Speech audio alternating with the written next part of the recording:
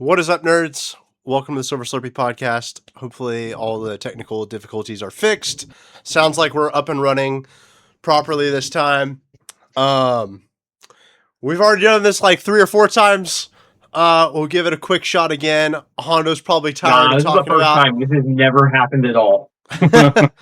Hondo's probably tired of talking about Absolute Green Arrow, but he really, really loves it. So he's going to give a very brief synopsis on the success of another great Absolute title that's coming out.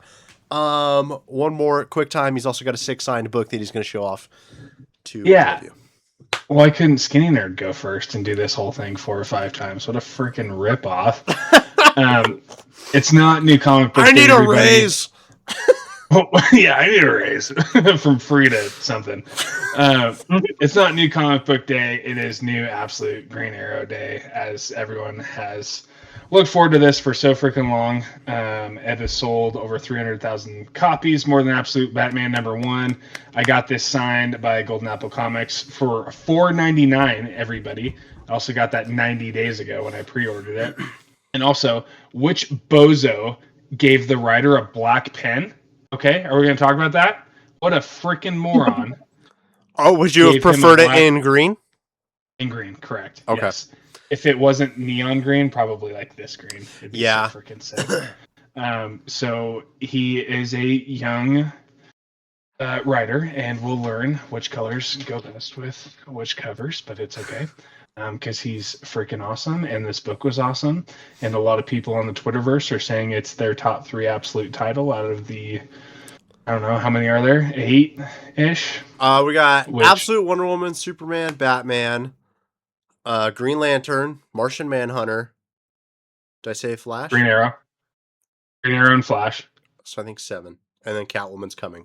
Catwoman's coming. So okay. There will be 8. That's what they're saying. That's what the streets are saying. I don't know if I buy it. After 1 issue, it has been awesome. Has a lot of interesting messaging in it. It's very violent, super cool. Takes place after Absolute Evil. There is a little bit of prequel type stuff where it goes back to the past and talks about Oliver Queen and how he set up his company and yada yada. And how that plays into the story. But mostly it's about Dinah Lance and her investigation on what's going on with this serial killer that is killing the economic elite through Star City. So it's very, very good. I'm enjoying it. Can't wait for number 2. Awesome. Do you think, because I'm sure Catwoman's going to have very similar success. She was huge when she debuted in Absolute Batman. All of the Absolute Batman books have sold extremely well, but I remember hers selling as well, but I'm curious if Green Arrow gets extended, because I'm sure Absolute Catwoman will have the same success if she'll end up getting extended. I think the only one that hasn't really had the great success is Martian Manhunter, and I think it's just because it's so niche. Not that it's necessarily a bad book. I think it just really caters more towards a specific reader. But it'll be interesting based off how the story does. If, is it designed to be a miniseries? So, will they be able to continue it? I'm sure with any amount of money, they probably will. But yeah, we shall see. It'll also depend on how 2 through 6 sell, I'd imagine. Sure, and everyone's trying to jump on the number 1 train and, get those valuable books, right? When you have Absolute Batman #1 selling for $150, $200, people are just buying up as many number 1s as they can.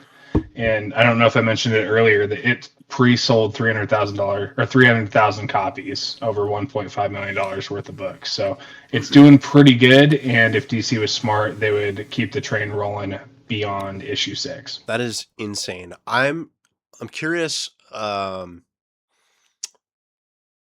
many total, because obviously Absolute Batman has had 11 to 12 printings at this point. I think it's at 11, at least number 1. Yeah, for issue number 1. So I'm curious, between all 11 printings, how many books of Absolute Batman #1 they've sold at this point, because that's got to be an insane number. So many. That's got to be crazy. And I At imagine, least 10. yeah. So I could see, at least at this time, I could see 2 books easily becoming the number 1 seller for the first issue of Absolute. I think King Shazam could possibly do it if he got a solo story. It's freaking sick so far what he's with his appearance in Absolute Superman. So I think if he were to get a solo series, I think that could be huge. I don't know if they'll need to do it with the way they're writing him in Absolute Superman. He's really going to get a lot of backstory, I think. They have such a good. Oh, sorry. Go ahead. I think if they do an Absolute Justice League, like as a book, as like a team book, I think that would be insanely massive. I think that number 1 would do record numbers. And they are going to do that at some point. I think in 2026, like in the fall. Yeah. And I imagine that's what they're going to announce at SDCC is that book. Yep. But yeah, they said that they're going to do that. Justice League lineup for that. I mean, they have all the characters for it. So the reason I say that, looking at Absolute Martian Manhunter, I'll be honest, I haven't completely finished that series yet.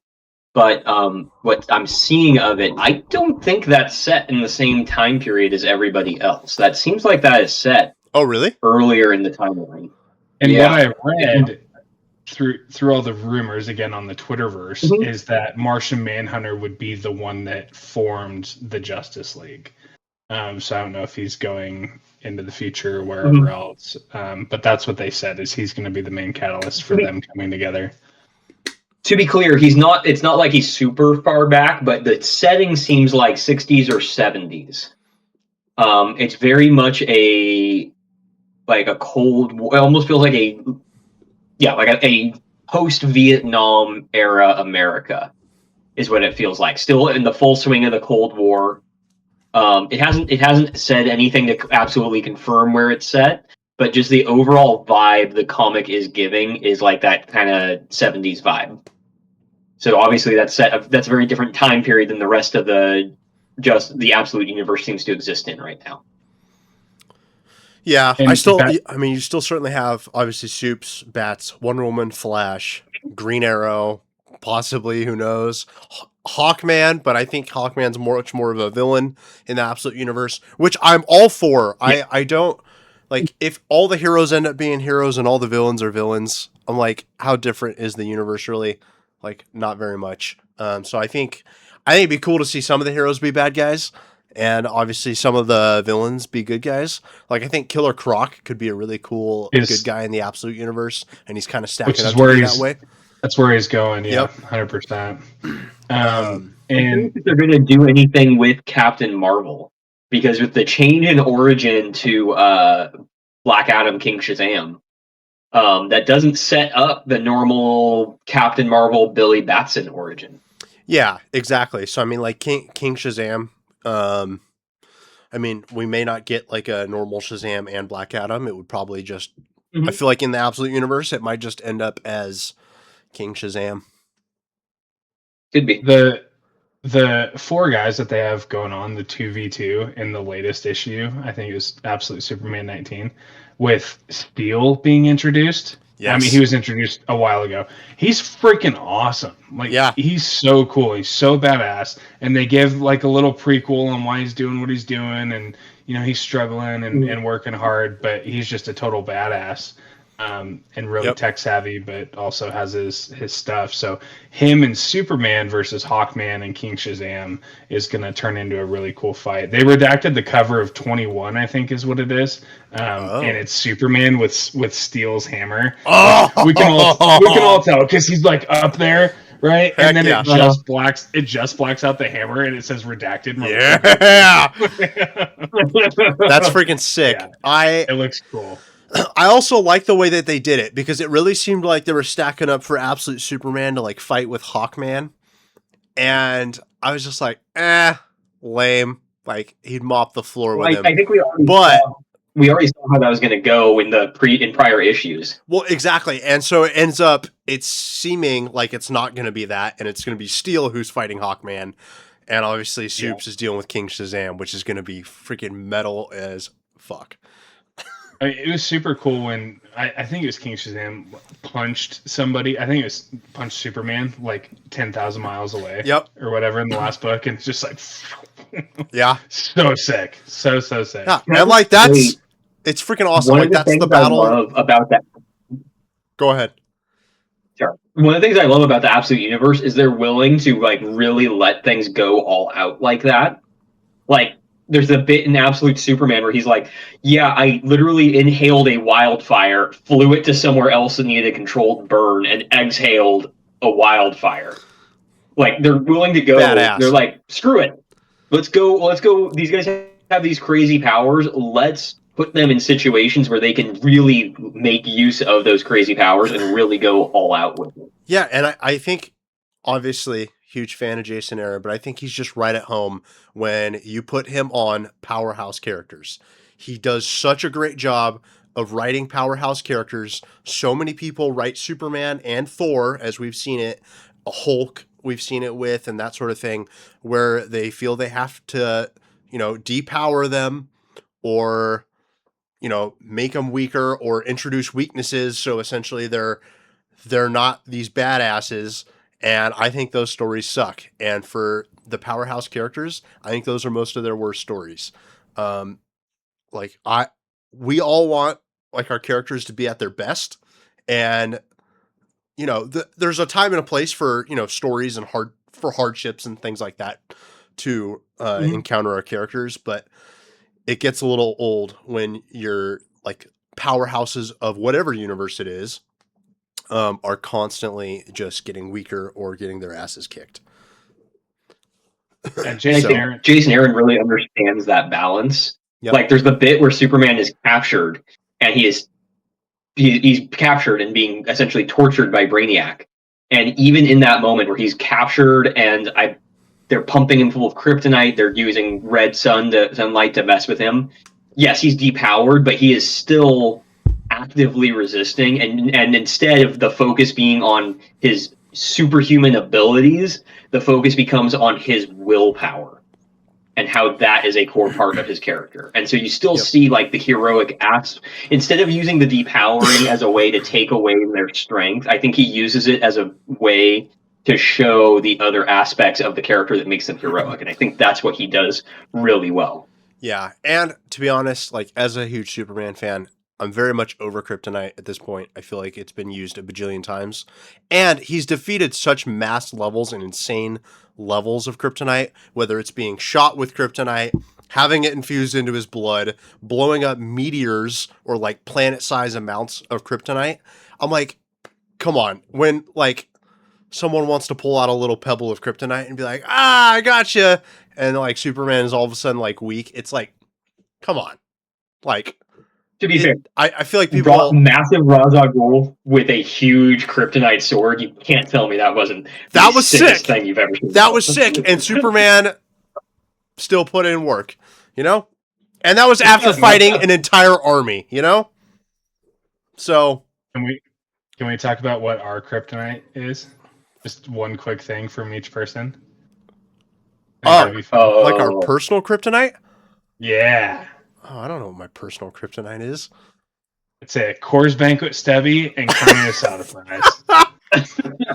I'm just crumbling. Okay. Well, if that's the case, I'm certainly going for a gamer pizza. That's my kryptonite. And then if I'm at the mall, from our sponsor, right? From our sponsor, Domino's. Hopefully, one day. Everybody use code Silver Slurpee for 90% off on Domino's. And coffee. I gotta say, I love going to comic shops. I love going to the mall. I love doing like in-person shopping, and I'm a slut for a Wetzel's Pretzels pretzel wrapped hot dog. So, yeah. Oh, good call. Nice. Yeah, for me, it's got to be coffee. Yeah, coffee, wholeheartedly. God, if you take away my coffee, I become very angry very, very fast. Oh, I get it. I've made it. There have been my some of the folks I work with know at one of my other jobs that the days when I show up where I haven't had a cup of coffee, is going to be a real fun day for him. Someone gave our office the other day an espresso machine for free, and I almost kissed him on the mouth. Like, oh, thank you so much. Well, also, like any good nerd, this isn't coffee. I've got Mountain Dew in here.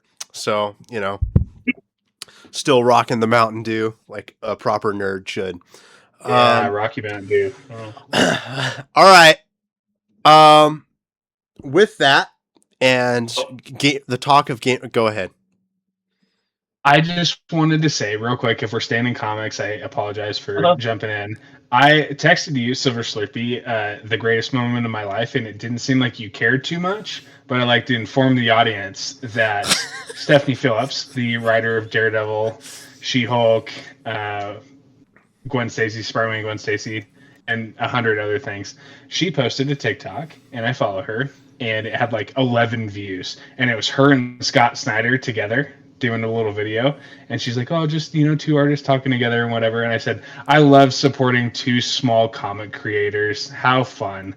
And she liked it, and she said, I'm not that small, I'm only 5'6". And it got like, and she responded to it, and I was like, holy shit, I fucking made it, this is the coolest thing in the world. Yeah, you're welcome. If only you did that on the Silver Slurpee account, and we could have made the Silver Slurpee account famous. But yeah, I should have. I did it on my personal account. Don't go look at who posted that. 'Cause then you'll find who I am. I'm trying to be off the grid. But yeah, it was the greatest moment of my life, and I'm gonna show it to her if I ever see her in person and go, "Hello, my friend. We've spoken before. We're basically besties. We're basically besties." Well, but she is. Can you sign my phone? Next time she comments, feel free to ask her if she wants to come on the podcast. Of course, when we have working audio, that is. Yeah. Did you see the big guys? They're not even that big on TikTok. They had Jeremy Johns. Did you see that? Yes. Excuse me. Sorry, Jeff Johns. My apologies. I said Jeremy Johns. Oh, I did recently see that when he announced that they're doing action figures for like Geiger. Toys. Yeah. Yep. I was like, oh my gosh, he's huge. So I actually had that brings up one quick question, and then we're gonna get into some gaming news from Skinny Nerd, and then we're gonna jump into Star Wars because we have to. Freaking Mandalorian Grogu coming out this week. How can we not be excited? Anyways, if you could have a comic creator on the podcast, anyone who would be like your dream to have on the podcast? Artist, writer, you name it. I mean, I think we already discussed him. Jason Aaron. Yeah. Okay.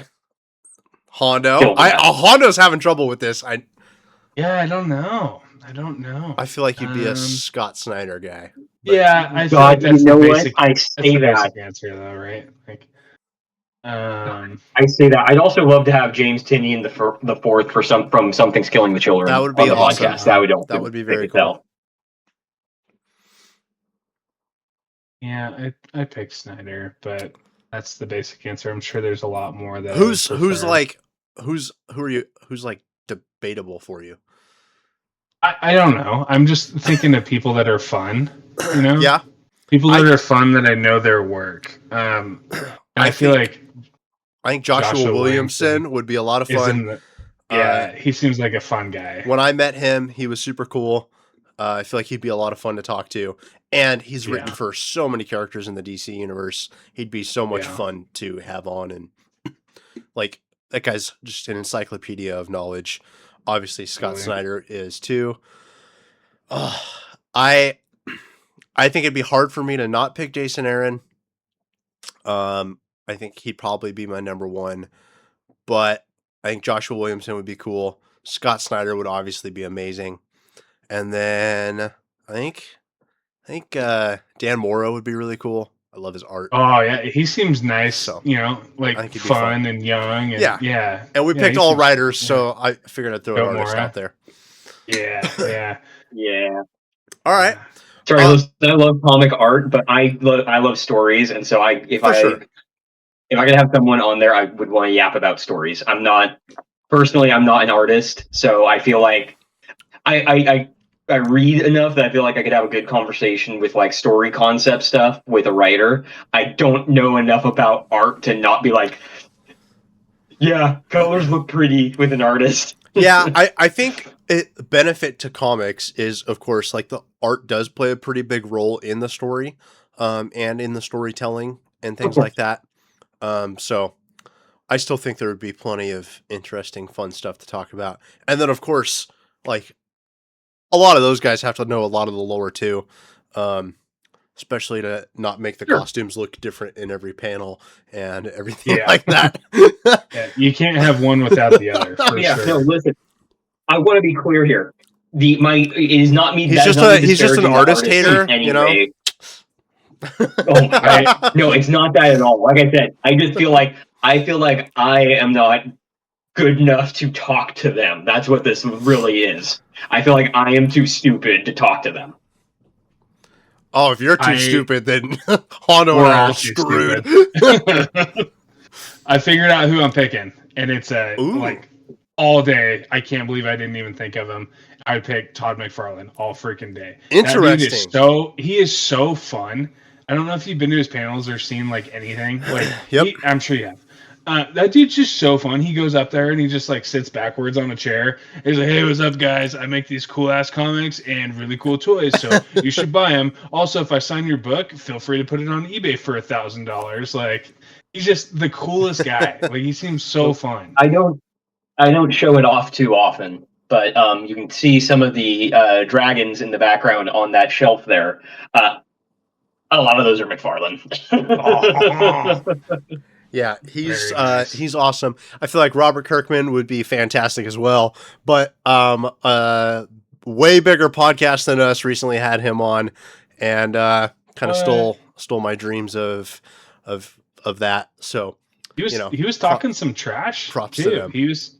Oh, he Did you was see his trash hilarious. talking? He was Oh, funny. oh, he was hilarious.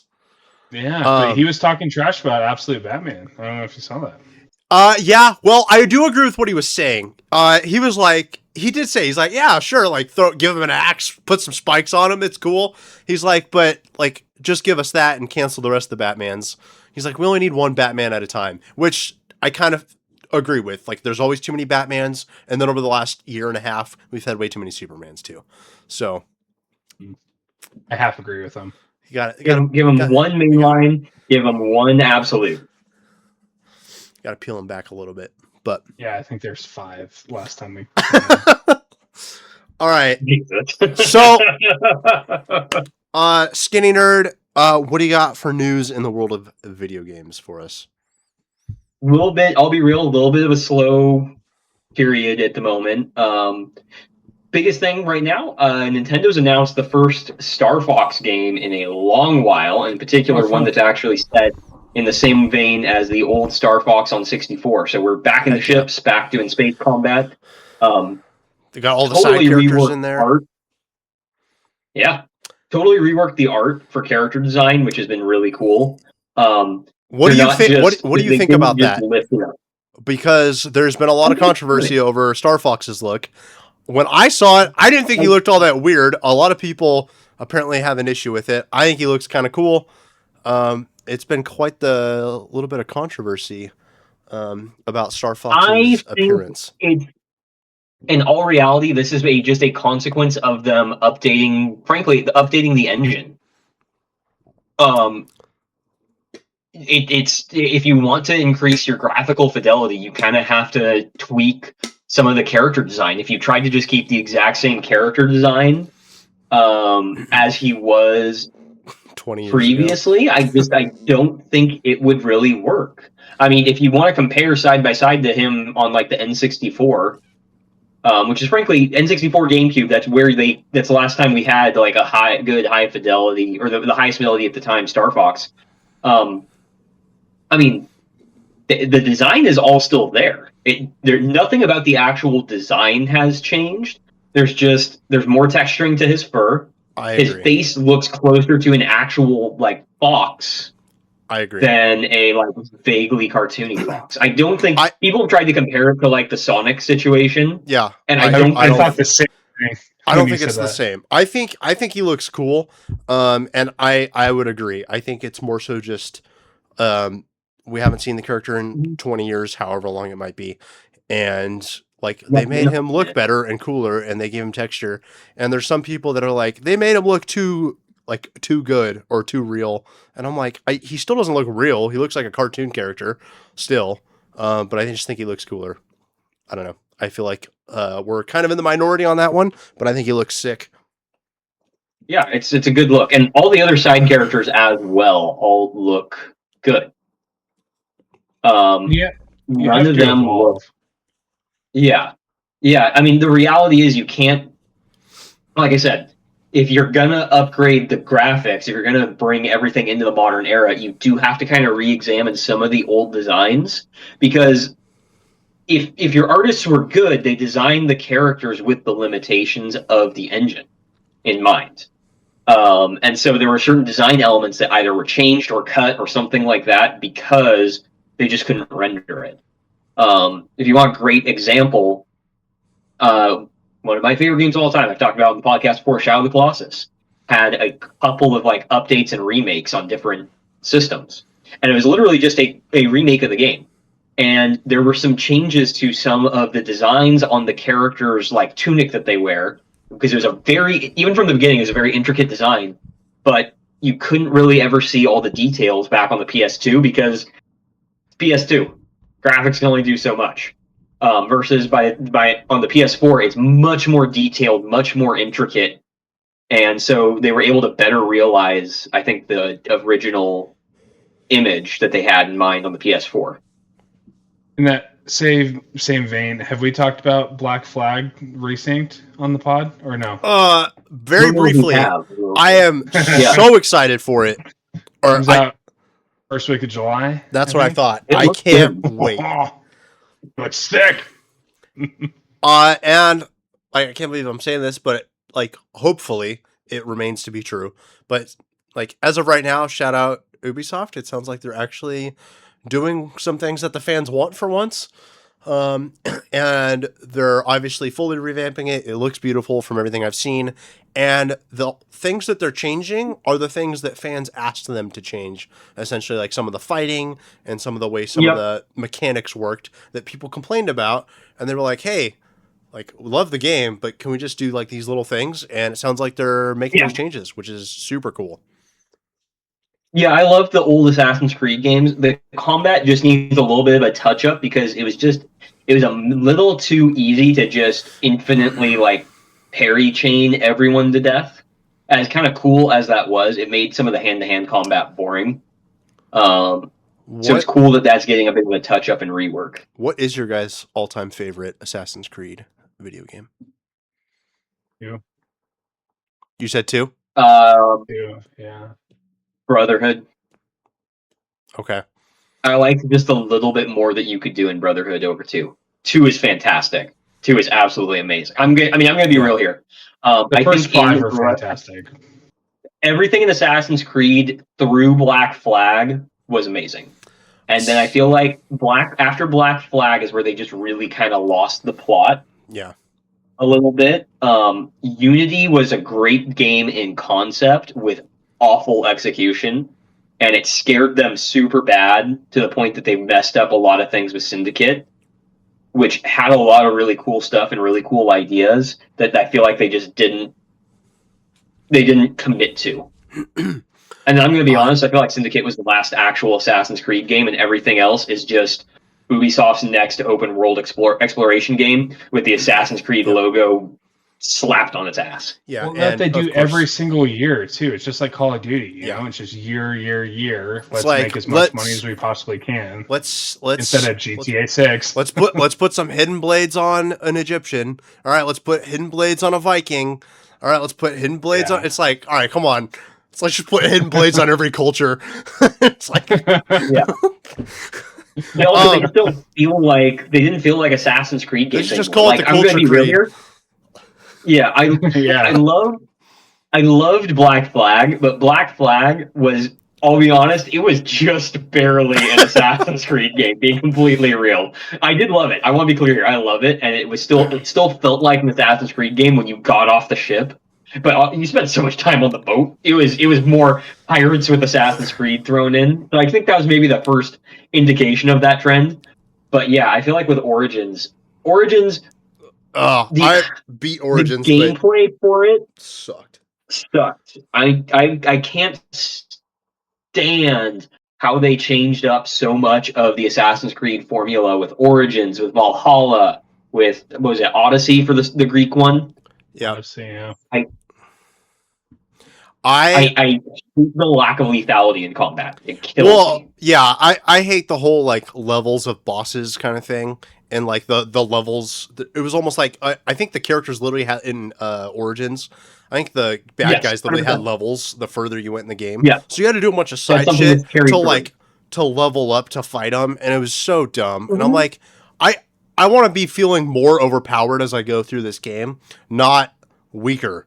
And that's what it felt like most of the time, unless you spent like 6 hours doing side shit to then go battle this guy, and then I had to do another 6 hours of side shit for the next guy because he was higher level.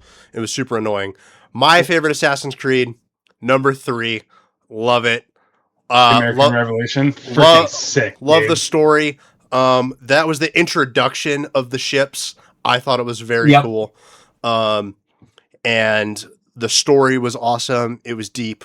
Like poor Connor just gets abused that whole game. And just Yeah. lied to repeatedly throughout that entire story. And it was fun. And I also kind of liked, you got to build kind of your little town, Yep. your little like homestead area, and constantly like kind of add on to it. And they would put new buildings and stuff. Just some little side features of that game I really enjoyed too. So that was a lot of fun. That was also the end of Desmond's story. That was where they kind of wrapped the Desmond aspect of the like modern day story, which had some really. And I think I'll be honest. I think that's really where Assassin's Creed went off the rails. Is after they lost that storyline and had to start figuring things out from there for the modern day story. Yeah. The I feel like Animus, yeah. God, they really struggled post that. It was like Assassin's Creed 3 and Black Flag were kind of like the beginning of the end. But It feels like I that. really Yeah. like both. All And right. Would love. I still remember for Black Flag the year that they did up the Star of India That as was the cool. jackdaw, Yes. and that And was now, if you haven't been to Comic-Con in the last few years, there's a new cooler pirate ship that Hondo basically lives on. What is your favorite pirate ship that comes to San Diego Comic-Con, Hondo? Gosh, I'm trying to look at my Voodoo stuff. I have a sticker on my fridge here, but I have my a challenge KZ coin I was rocking somewhere. I this don't know where it's weekend. at. Yeah, the Voodoo Ranger beverage company comes to San Diego Comic Con and parks their pirate ship out in the bay. Badass. They've been doing it every year for the last 4 or 5 years. And Yeah. once we do all of our stuff, and usually it's like, I don't know, Sunday's a perfect day to do it, but like Saturday, right in the afternoon before all the good stuff comes up, we just hit the boat real quick, have a couple Voodoo Rangers. Real quick. Party, yeah, we're on there for like 3 I was gonna hours. say, Hondo's gone with for our family hours. friend. Hondo's gone for hours while I'm taking out a small loan to buy more comics that I probably don't need, but I possess now anyways. Yeah, no, it's a ton of fun. They usually try to kick you off after a half hour, but me and a family friend and whoever else wants to partake hits the pirate ship and has a whole ton of fun. And Yeah. Voodoo Ranger kicks Well, ass. our family friend is a doctor, so don't worry. Hondo is drinking responsibly. He is under the care of a doctor while on said pirate ship. So that's always a good time. Shout out San Diego Comic-Con. Looking forward to it. It's coming back here shortly in July. We've got new Spider-Man movie coming out. Lots of fun stuff there. Now, before all that happens, we got the Mandalorian and Grogu movie coming out literally tomorrow. Obviously, it's been premiering to all the big people have already seen it at premieres and things like that. I'm excited. Obviously, there's kind of mixed emotions about it. I think it's going to be cool. Maybe it should have released as like a Disney Plus movie. Maybe not a theatrical release. I don't know. I think it will be cool. I do think Mandalorian as a show does toe the line of being theatrical quality, as it is, which I know is that's where it's getting a lot of the flack. Is people are like, oh, like, they should have kept it on Disney Plus. It's like a TV show, and I don't know. I think it's a pretty high quality show. I don't know. I'm excited. I'm hoping it's good. I'm gonna go see it tomorrow night, so we'll find out. I'll be seeing it Friday night. Would you have some fun Star Wars questions? So do you want to talk about Maul before we get going too much into the questions? Either or. And before Maul, can I talk about Mandalorian and Grogu? Sure. We were going to wrap back around to it anyways. Go for it. What do you got? All right, fair enough. Before this, apparently Fortnite introduced an island. I haven't played it in so long. But I watched the first 10 minutes of The Mandalorian and Grogu. It's online now. It's on Fortnite exclusively, but they cut it and put it on TikTok. That immediately gets leaked, of course. Oh, yeah, and it did. So I watched the first 10 minutes of it. And see how it does. I'm not very confident. But the reviews from people that we trust, right, are influencers, are comic, folks, and nerddom guys. They all say it's pretty decent. So I feel like I trust them, unless they're all duping us for the Lucasfilm cash. I don't. But the first 10 minutes weren't bad. So you're saying the first 10 minutes weren't bad. Was your issue with it that it just felt like the same level as the show? Correct. Yes. It felt the same level. So from the sound of things then, you don't think this is going to be a bad movie, but just you don't feel like it's elevated enough above the show to deserve a theatrical release? Yeah, and it's still going to make money. They know what they're doing. They're going to make a ton of money. There aren't movies of the same caliber that are coming out this weekend. They're going to make money on the summer kid, out of school.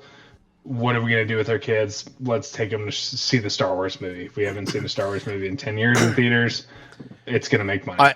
I think one of the big complaints that I've been seeing, and this kind of goes back to the show, and people were unhappy with the show aspect of it, is a lot of people are like Mando and Grogu's relationship, or I don't know if that's the right way to put it, but their characters essentially aren't really growing. There's no change in them, and everyone was kind of hoping that Grogu would have stayed with Luke for a little bit at least, instead of essentially going right back to Mando, and it's just still kind of the same behavior. Obviously, Grogu's not really any older, and that kind of makes sense. Their species, Yoda, lived to be, however many 800 years, 700 years old, whatever. Star Wars fans are probably going to roast me right now. Whatever. Sorry, I don't know the age of Yoda. Anyways. 904. How old? I'm 99% certain it's 904. I'll double check. That sounds right. Let's have Jamie check Jamie's work here. No way. 900 exactly. I should. Okay. 900 didn't sound right. I sounded too round of a number, but it was 900 years exactly. But nonetheless, 896 years before the Battle of Yavin, died 4 years after the Battle of Yavin. So I know, obviously, their species, lives a long time, takes a long time to go through adolescence. Got it. But I think Grogu's and Mando's relationship seems to be kind of stagnant, or their characters, I think, seem to be kind of stagnant, which people are a little frustrated with. But oh well, I'm excited. I think it's got a lot of cool looking stuff in it. Stoked for Zeb from Rebels being in it. He's a super fun character. I don't know. Some of the shots look really cool. I'm excited. And they officially added the Mandalorian and Grogu into Smuggler's Run at Disneyland and Disney World. So that's pretty cool. Heck yeah. Yeah. I watched a little POV before this, and it looks like a lot of fun. And now the engineer is actually allowed to do something. I don't know if you guys, or the whole, crew knows how it all works, but the engineers are allowed to select which planet they go to, which is cool. Yeah, Instead of just clicking buttons and doing nothing. very So, fun.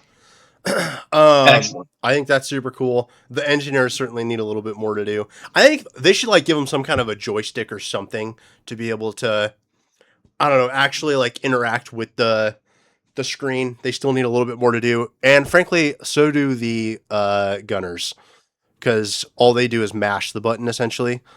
yeah. I think they should be able to aim and fire as well. If there were like a little, you know, Oh, could you I imagine? don't know, like Could you imagine double. like the Clone Wars ships, whatever they're called for the clones, and Oh, the the little balls? balls. Do you know how sick that would be? They should make that a Sick. ride, and just like a solo person Single ride. mounted turret. I would. My wife would be pissed because I'd just be in that fucking thing all damn day, just Just blasting thrown up. blasting Geonosians. Just fucking get some. Get up, yeah. Suck it, Clanker.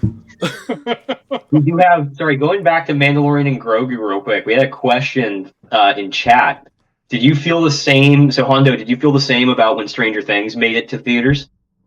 I didn't know it made it to theaters. Oh. I didn't. Yeah, That was again. That was I would say that was different because that was like a special release, and it didn't release. It didn't release strictly as a theatrical release, so you could still watch it on TV. You don't have to pay anything extra.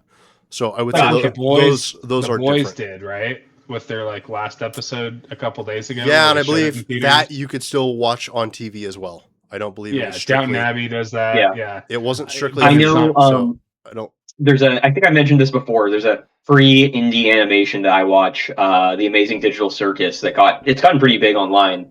And they did a they're doing a theatrical release for their last episode, airing June 4th, and then it releases for free on YouTube 2 weeks later. And it was funny because they initially got some flack from folks, from their fans, because they were like, "What the heck? We've gotten this for free, and now this is coming out paid a couple weeks later." And basically the animators were like, "Hey, like you said, you've gotten this for free. It's a really well done animation.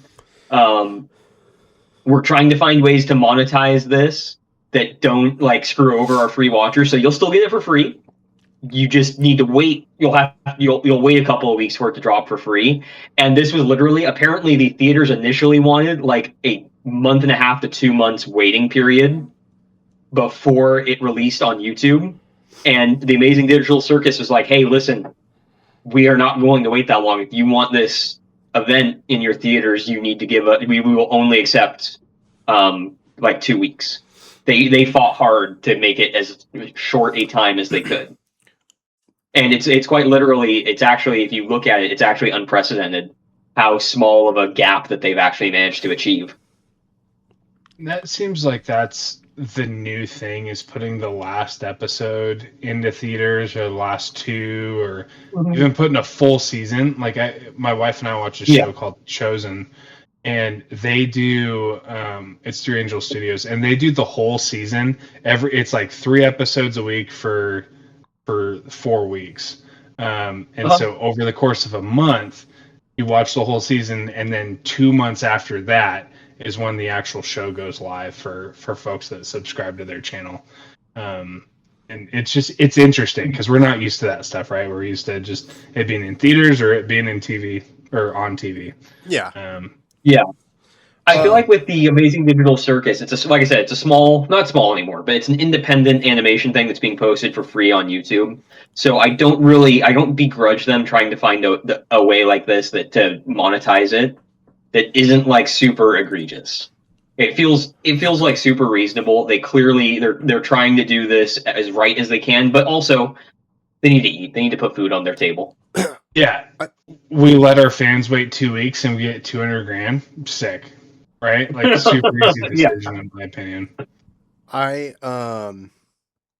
think going back to kind of the theme parks with Star Wars, I think it would be really cool if they just made Star Tours into an entirely Clone Wars related ride, and they changed like the walkthrough line. and they made all of those stories entirely Clone Wars related. Obviously, we're not going to get that in Galaxy's Edge. They've added in kind of the original trilogy into Galaxy's Edge, and like at Disneyland now, there's actually kind of like a split. Part of it's OG trilogy and part of it's the sequel trilogy. This Very explains cool. it all. This yeah. book right here. There you go. So super cool, and I think it's the perfect opportunity to make Star Tours entirely Clone Wars related.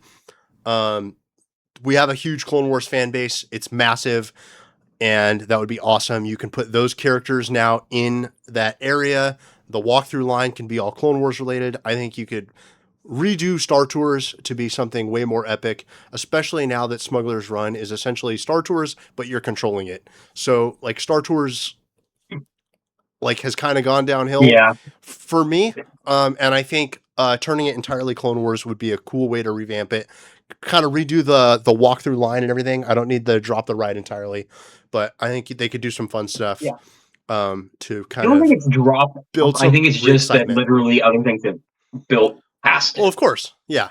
It was really good, but they've now elevated the idea behind it so high that, like, I mean, quite literally, not to spoil things if you haven't had a chance to get on it, but the Rise of the Resistance ride at Disney, quite literally part of the intro queue is Star Tours, effectively. Yeah.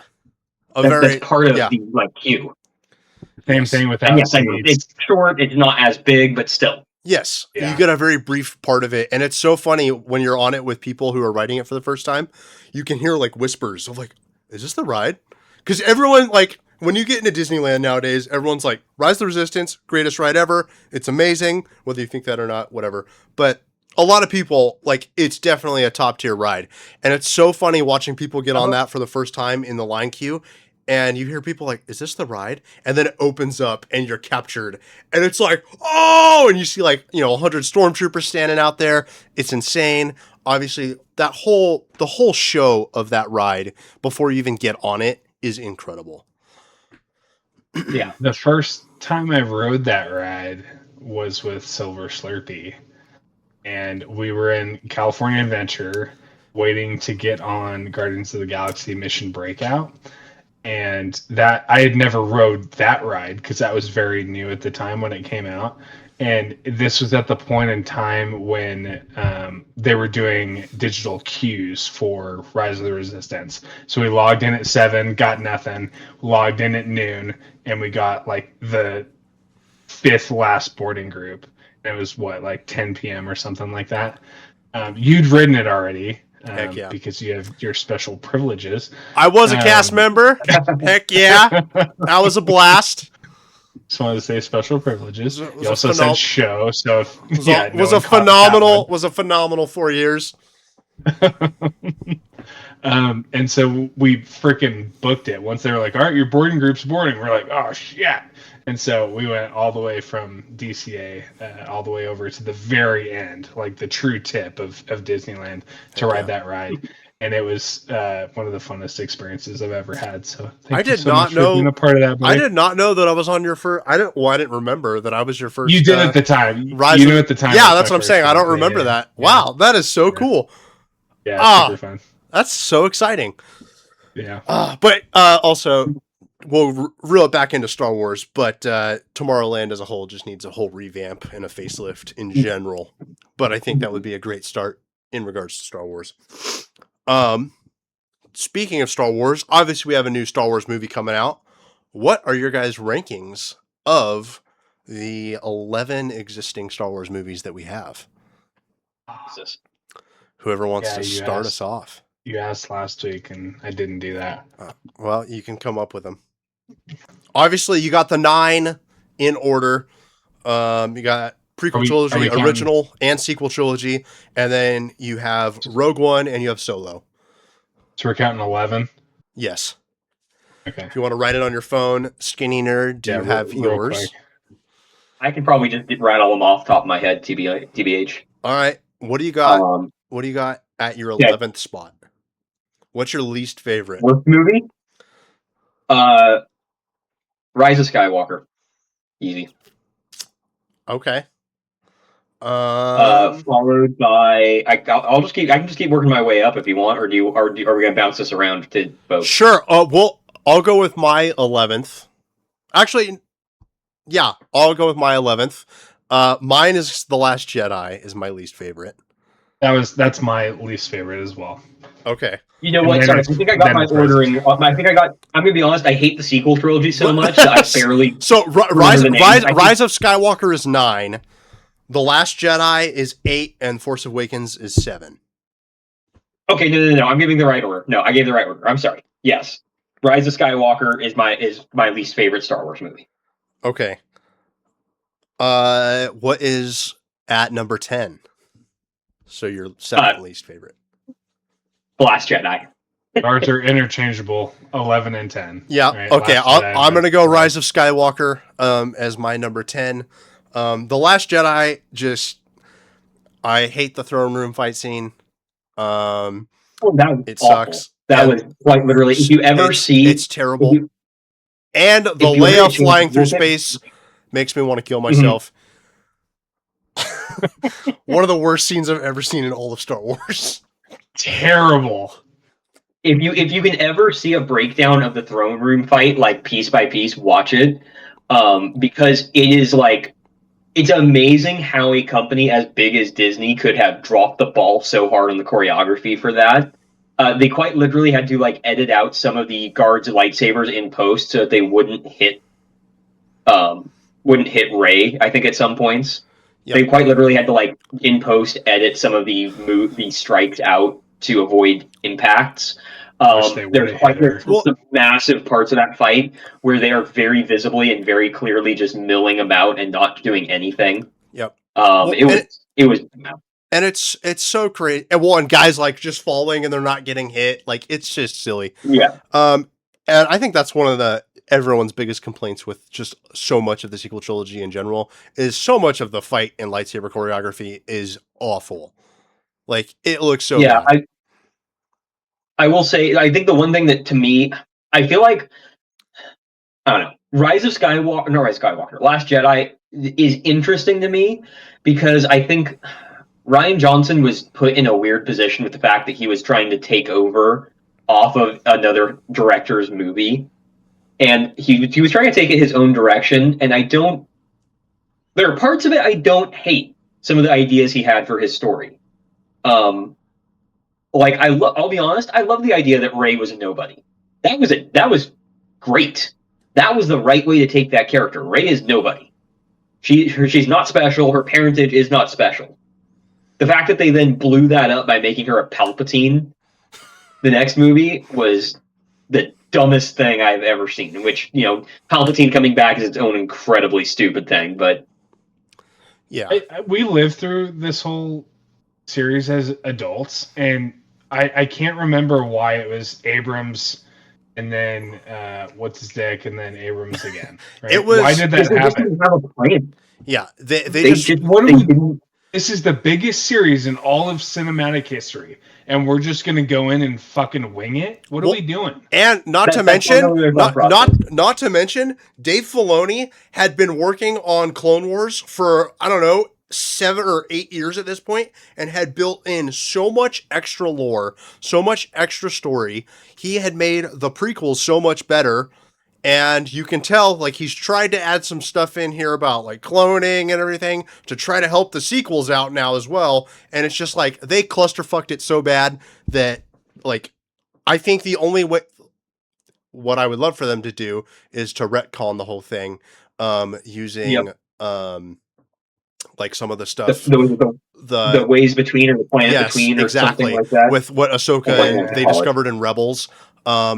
You can still have it happen for like the 10 fans that like those movies, so it still technically happened, and then we can retcon it for everyone else that is a normal fan. One of the fans just had a heart attack. It's down to 9. So that's them admitting mistakes, and they won't do that. Yeah. I mean, here's the thing. So, although we do have different people in charge now, so who knows? The prequel trilogy had, how to phrase this? The core concepts of the prequel trilogy were actually really strong. The episode 1, Phantom Menace, about kind of finding Anakin, and seeing the setup for how who we know later know becomes Palpatine. Seeing him, how he starts to kind of weasel his way into power. There's so many great moments. The pod racing, the movie overall, Duel of the Fates. Duel of the Fates. Yeah. The movie overall is a bit of a mess, and I won't argue that. There's some really bad stuff. There's some really dumb stuff. There's some poor moment to moment writing, but the overarching idea of it is not bad. Frankly, Clone Wars, the Attack of the Clones, while also not a great movie, once again, you kind of get the core concepts there that aren't. Okay, actually, we're gonna hold off here before we get into those movies. What do you have at your number 9 spot? For me, I'm gonna have to go with Attack of the Clones. Interesting. I'm going Force Awakens.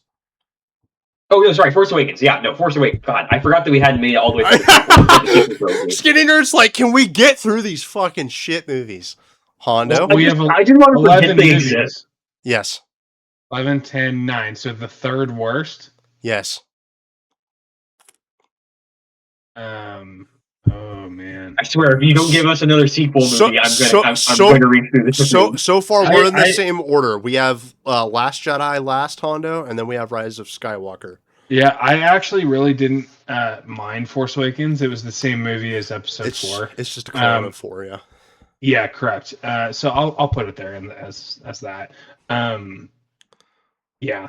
Okay. Because I do like I would put Solo there, but I like Solo, so I think Solo will be next. See, first. I didn't dislike Solo quite as much as everyone else. It's a good movie. Everything after that is good. I feel like one of the biggest of the movies are good. One of the biggest complaints that I always hear from Solo is especially at the time of when it came out, everyone was like, it's not Harrison Ford. I'm like, yeah, no shit, because it's a way younger version. I'm like, of course it's not Harrison Ford. I'm like, yeah, sure, he's not the exact same guy. Maybe he didn't act it quite as well. I thought it was fun. I still enjoyed Solo for the most part. That movie gets better with age for me. That movie, their biggest mistake is trying to explain every little piece of lore that Han Solo dropped. Fair. In some of his earlier stuff, like trying to explain why the ship is all quirky by talking about how this weird robot or this weird droid gets wired into it. Dumb. You don't need that. Showing and explaining the Kessel Run. Actually, I don't feel like that was necessarily. I don't hate it. Just don't feel like it was absolutely necessary. I just feel like they were trying too hard to try and actually answer questions that sometimes with storytelling, it's better to leave those questions unanswered because people's imaginations fill things in better. I would agree with that, especially for the kind of character that Solo is, kind of being the cocky, arrogant asshole. Like, yeah, I did the Kessel Run in however many parsecs, whatever he says in the original movie. But we get to see what that undertaking was. Like, he's talking so much shit, but it was actually like the hardest moment of his entire life, trying not to freaking die with all of his friends around him. Right? That's a valid point. That's a valid point. For sure. Like I said, I can kind of see it both ways. Like, I like Solo, but at the same time, I do see how some of that stuff, could kind of be like, where the fuck did this cocky asshole come up with this shit? And then, of course, never finding it out. Like, for me, I love Yoda, and I would love to see some more Yoda stuff. But at the same time, it's also kind of cool. He's got so much mystery behind him, and he's been around for 900 years. And, there's so much to explore with that character, which would be sick to see one day. But anyways, what do we have at movie number 8? Attack of the Clones. There we Solo? go. That's correct. I think I'm going to be Solo as well. Yeah, I'll say Solo for that one. Okay, now it's going to get interesting. Because now we're into 7, what I think are all good movies. What is your number 7 spot? Solo. No. I'm assuming I kind of have Attack of the Clones a little. No. Well, we just Solo was 8 for everyone. I thought. Oh, you said Attack of the Clones? No, I said Attack of the Clones. Oh, shit. I said Attack of the Clones. That's Solo. Interesting. Okay, so 7 is your Solo. 7 for me is Solo. Hondo. I'm really torn between Phantom Menace and Attack of the Clones, and I think I'm going to say Phantom Menace. It's really just the Coliseum scene versus Duel of Fates, but at And least pod Attack racing? of the Clones. Come on. Yeah. Oh, yeah. I'll try spinning. That's a good trick.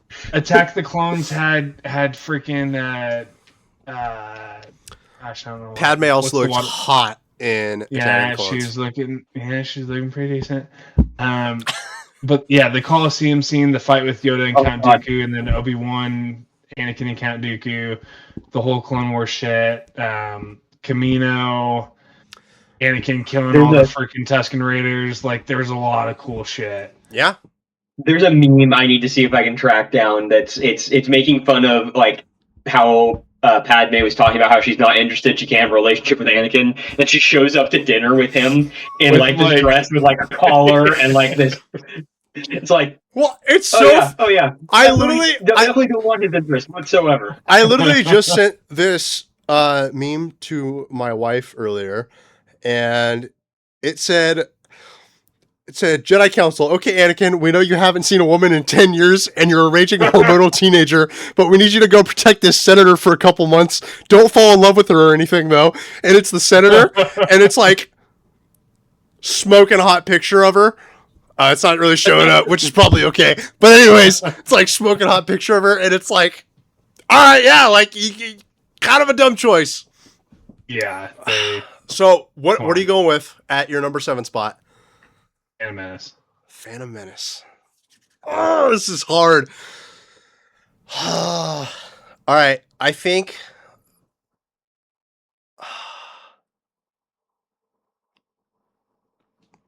Damn. I really like all 7 of these a lot. So I think it's hard. I think I'll go Phantom Menace too. You have to. No. Ugh. Yeah. I think Attack of the Clones has a lot of good shit. It does. It has a lot of bad stuff too. But when I was a kid, I think I watched Attack of the Clones almost the most. That and Revenge of the Sith as a kid. And we were older, a little bit older, so we have a little bit more memory to it, a little bit. My issue with Attack of the Clones, just so I can kind of put this out there, my issue with Attack of the Clones isn't that it doesn't have cool stuff in it. It does. Absolutely. It's a very messy movie. Like, I feel like it bounces around a lot in terms of just tone and what's going on. I hate sand. There's that, yes. Okay, I'm gonna be real here. The dialogue in all of the prequels is god awful. Like, we've seen that Hayden Christensen can act. The homie can act, and he was clearly doing everything he could to salvage the garbage dialogue and direction that he was getting as Anakin Skywalker in the prequels. I think we can see that very clearly now. Homie was fighting an uphill battle there. Honestly, like, I don't think it was all bad. I think Lucas really struggles with, like, the love scene side of stuff and, like, some of the relationship stuff with Padme. I think the nerd doesn't understand girls. What are you talking about? I think that was most of the most awkward conversation was, like, Anakin with Padme. That was definitely the most egregious of it, yes. I think that's what made it the worst. I think, like, some of Obi-Wan stuff, awesome, and some great iconic stuff and everything. I think Anakin's dialogue with Padme was pretty rough. The beginning on Coruscant too, with the assassin and them going through the bar and Anakin just ripping his deal through the city was a ton of fun. Yeah, him jumping into her bedroom with the lightsaber and cutting that poison bug. Oh, friggin' sick! And the second he sees her, he's in love. And the Jedi are like, "All right, don't fall in love, buddy. We're gonna send you on a romantic, beautiful island alone with her by yourself on Naboo. Good luck. We're sending you single to Vietnam, but don't bring back a wife." All right, what is at your number 6 spot? For me, I love this movie. I'm going with Rogue One at my number Oh 6. no, too early, buddy. I don't. Yeah, I don't think I can put it Oh. above everything else that I love. Phantom Menace.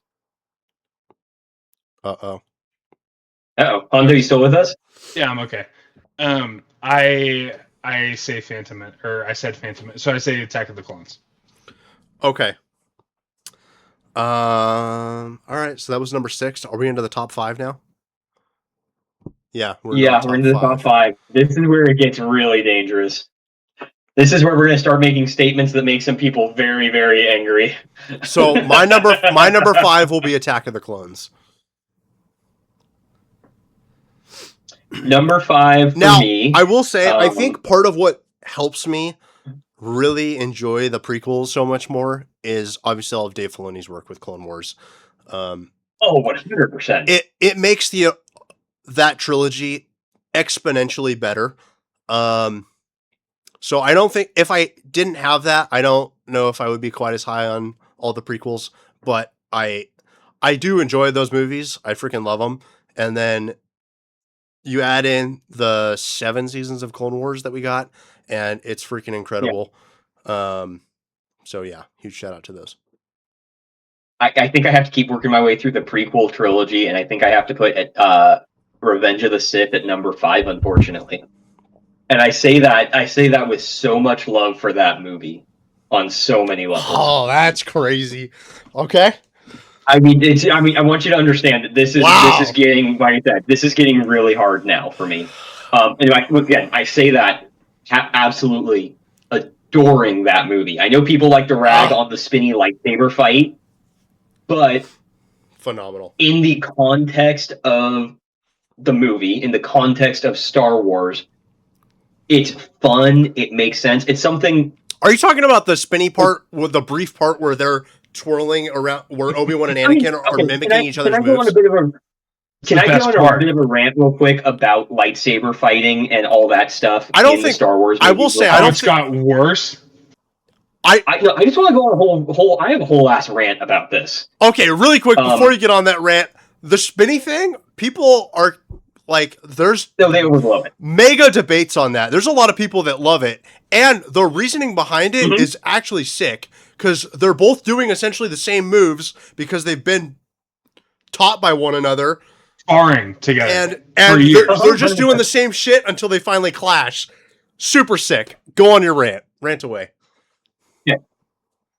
Every time, I love looking into martial arts stuff. I really do. I don't want to go into all the stuff. Why? Because I don't want to dox myself here. But I love martial arts stuff. Yeah. No, don't worry so much, Slurpee. I'm not doxing myself. But anytime this comes up in fencing or traditional like HEMA stuff, they always like ragging on the way people fight with lightsabers in the Star Wars movies. And they're missing so much context, I feel like. They're ignoring a ton of context of the fact that these aren't just like normal dudes with a lightsaber. These are literally like telekinetic ninjas who are also psychic and can slightly predict the future. Space Jesus. Can move things with their brains and can, to a degree, sense the thoughts and intentions of people around them. So their fighting style is predicated on that concept.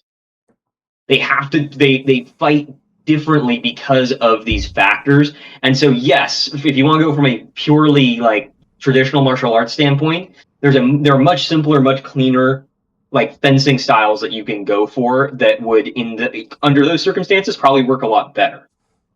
But in the context of the Star Wars universe, the way they fight makes a degree of sense. And then let's also just throw in the fact it's a movie. It's a movie that is not meant to depict accurate swordplay. That is not what they are striving for. That is not what they are shooting for. You're critiquing it on a metric that they don't really care about. They care about making a fun, exciting fight that is flashy. Yeah.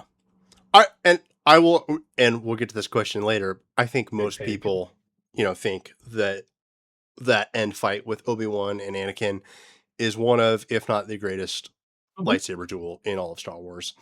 As it is.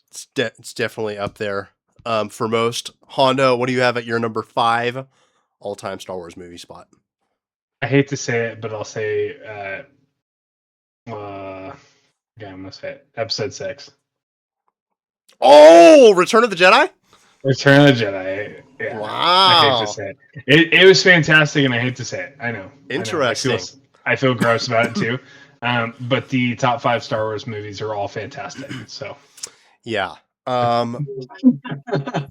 I'm a little surprised. We have Ivy Bats in our chat that actually agrees with Hondo on number 5.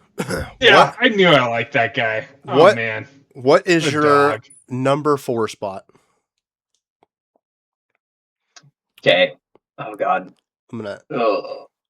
Okay. My so number I have- 4. My number 4 is number 4. A New Hope. Ooh, spoiler alert. Right.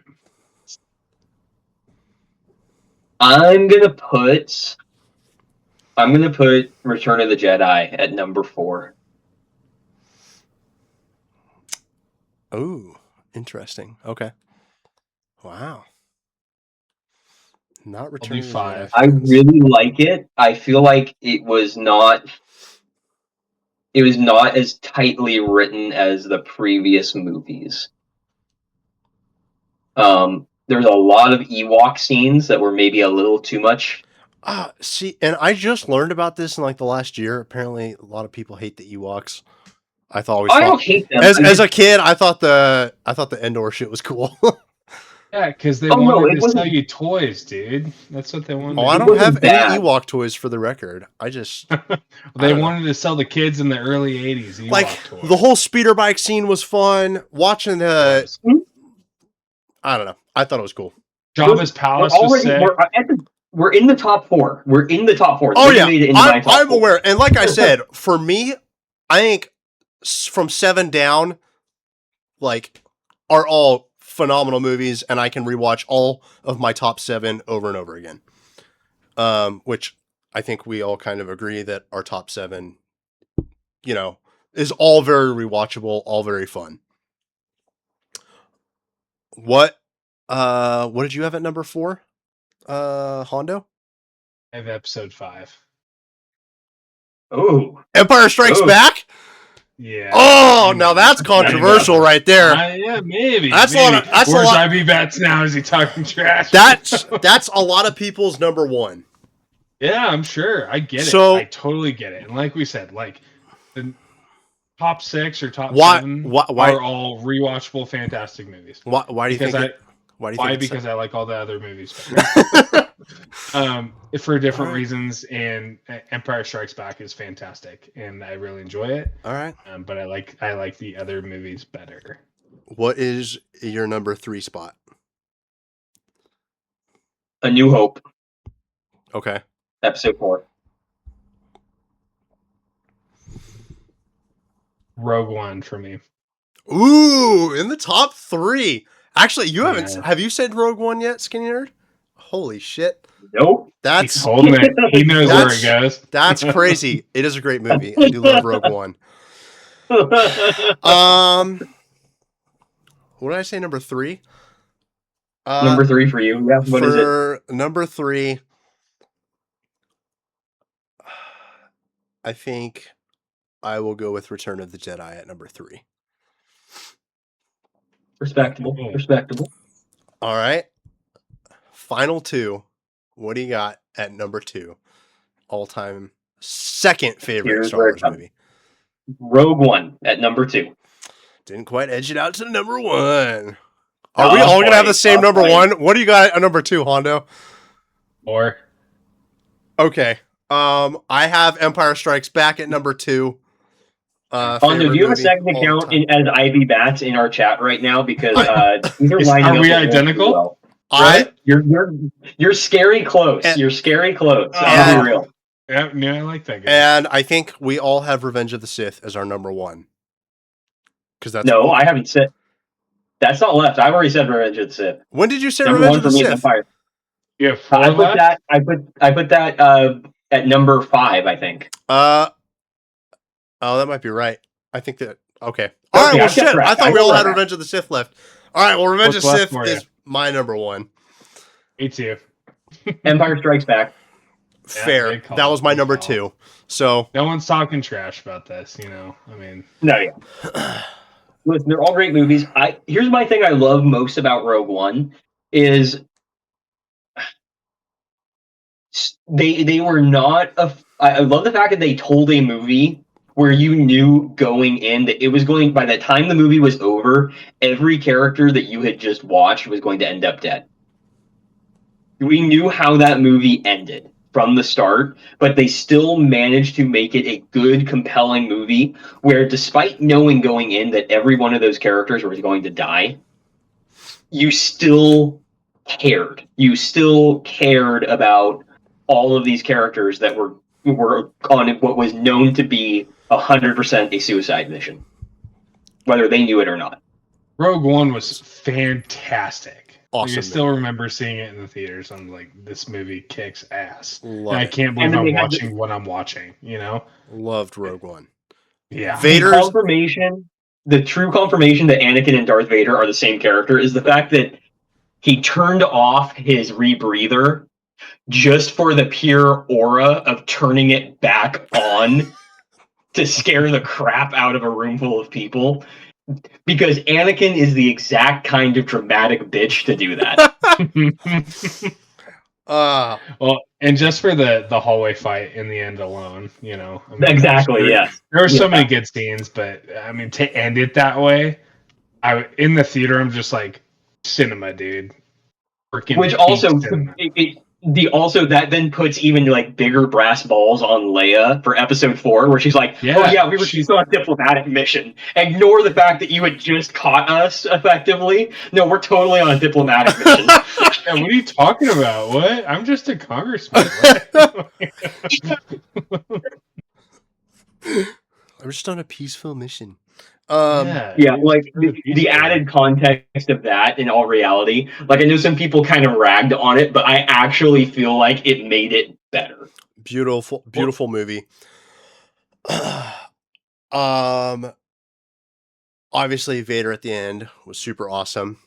With that, what would you say is your favorite live action? I'm not going to say duel necessarily. We'll just keep it as like lightsaber moment. So, like, if you want to put the Vader scene in there, it could go in there. I still don't think it tops out my Revenge of the Sith fight with Anakin and Kenobi, but that's it for me. That's it for me all day long. Episode 3. Phantom Menace, the Duel of final Fates. Fight between Duel of Fates. Phenomenal. Yeah, Can't go wrong with that. 1A and 1B. And the music in that is phenomenal. Freaking love it. I think, honestly, like my top 5, at least my top 4 fights in all of Star Wars, like live action, I think are all in the prequels. I freaking love the Obi-Wan Anakin fight. I love Duel of the Fates. Phenomenal. Those are my top 2. I love Yoda's fight with Palpatine. It's freaking sick. I wish it was longer. I wish we got more of it because it was badass. And Dooku and Yoda in episode 2. Dooku and Yoda was very cool. Or he's just bouncing all over the place. I was gonna say the Kenobi and Grievous fight. Very cool. Oh man. The whole hello there moment, the spinning lightsabers. And Kenobi's like, "Whoa, shit. Awesome." He uses the blaster, tosses it, so uncivilized. Like just so uncivilized. Awesome stuff. All of those fight scenes were outstanding. So those were all very cool. And it's regressed so hard. Oh, since those movies. Insane. Like, what are we doing, right? We've advanced so far, and we're doing that shit. Yep. And it's crazy because I don't think I would have any of the fights from the sequels. They would all be in the last spots just where the movies are. They're unrememberable. Honestly, even some of the other later live action fights, the only, I hate to say it, in the Ahsoka show, the only good lightsaber fights was the bits with Hayden Christensen. Because he is just a beast with that thing. I didn't really love any of the other lightsaber fights we got out of the Ahsoka show, but I loved seeing Hayden pick up a lightsaber again. What about the Acolyte? They I had do some really like cool lightsaber fights. There's some good stuff. Sorry, I do there's like some good stuff in the some of Acolyte. I'm gonna be Ahsoka's. honest. I forgot about the Acolyte. I will say Ahsoka's first appearance in Mandalorian, was it? Mando season 2 episode. When 4, she's yeah. like going through the smoke and you just see her lightsabers ignite and then they go back off. Freaking sick. Okay, So cool. Cool scene. But I don't know. I categorize that different from the duels that we normally get. No, for sure. I'm just saying. I think Ahsoka herself has had some cool stuff. I'm obviously kind of an Ahsoka fan, so there's that too. No, yeah, I'm a little absolutely. I love the biased. character. But I just the execution of some of the choreography, I felt like in actual like dueling was not as strong. One of my favorite. Luckily, I don't think it can get much worse than the sequel trilogy. So I feel like everything we kind of get from here on is kind of upwards. One of my favorite lightsaber fights in animated stuff. I love Clone Wars. They do some really great stuff. I love a lot of the like stuff that Disney itself has done. I know what you're gonna when say. they did Vision. Oh, when they did Vision. Yes. No, I'm going somewhere different. I thought you were going to talk about the Visions was very cool. There was a fight they did. I don't remember which episode it is. It's like one of the first handful of episodes. I think you're talking about the very first one. No, it's not. It's not the black and white one. Sick. No, that one was cool. That one was awesome. A Sith versus Sith duel was sick as hell. The one I'm talking about I think it was like the third episode. It was a master and his Padawan go to confront a Sith. Well, they don't know what they're confronting, but they end up confronting a Sith up in some mountains. And the Sith is dual-wielding lightsabers. And the way the fight is done is just so good. It's animated absolutely beautifully. They make use of some really cool stuff and some really unique like fighting styles and technical stuff that you don't see in a lot of other Star Wars media. They do some really crazy tricks with that. And I think it's part of the thing I loved about Visions was seeing these different studios and these different organizations take something that we all loved and reimagine it. It was all, I felt like, done in a really respectful way. It was all done in a way that still felt good. The really cool thing about Visions is like that's a show where like it's not made for you like a single person to love every single episode because every episode is so different. And then like when Visions finished, you'd go on Reddit or whatever, and everyone's favorite episodes were like vastly different because the animation styles were different. Like everything about it, voice acting, like it was all so different and, which also made it neat at the same time. So it was really cool. I certainly had episodes that I didn't enjoy in Visions. And then some were really freaking fun. No, absolutely. But I think the thing that was great is it still felt like even the episodes that you didn't love, they still felt like they were made by people who they loved Star Wars. No, for sure. They still felt like they were made by people that really enjoyed what they were doing. Yeah. And I feel like that's not always the case when you get outside organizations or outside people working on pieces of media. Like we can talk about The Witcher if we want to and how much of a disaster that was. We can talk about Rings of Power and all the issues that has had. So it was really cool that they found people that really wanted to do something fun with Star Wars, and specifically with Star Wars. Yeah. No, I really enjoyed Visions. Obviously, none of us have seen Mandalorian Grogu. Where do you predict it'll fall in your rankings of the movies? I'll be real. I am not. As much as I've tried to defend the movie, I don't think it's going to do too much to upset my rankings too much. I think it's going to slide in probably. It's probably going to slide in a little bit above. It's going to slide in above Solo, I'm willing to bet, and a couple of the prequel trilogy.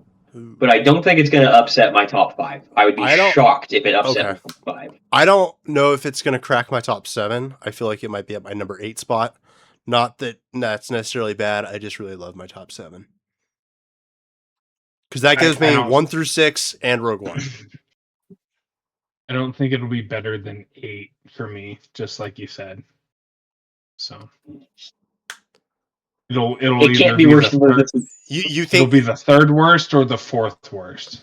So okay. 4th worst is 8 or do you 7. Do you think it'll 7? Do you think it'll rank above Solo for you? No, I don't. Okay. I really enjoy that movie, and it's gotten better every time I watch it. It's better to me.